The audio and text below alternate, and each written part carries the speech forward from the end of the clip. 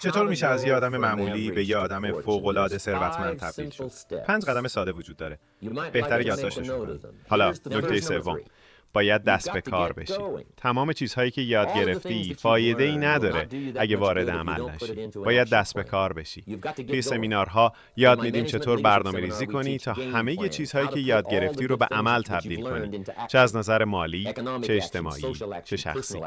بعضی‌ها همیشه در حال یاد گرفتن هستن، اما هیچ وقت کاری انجام نمیدن. مثل کسی که مدام مصالح ساختمونی میاره، شن، سیمان، پنجره، در، سقف، اما هیچ وقت چیزی نمیسازه. اگه همینجوری ادامه بدی، خیلی زود کنار گذاشته میشی. باید با چیزایی که یاد گرفتی کاری بکنی.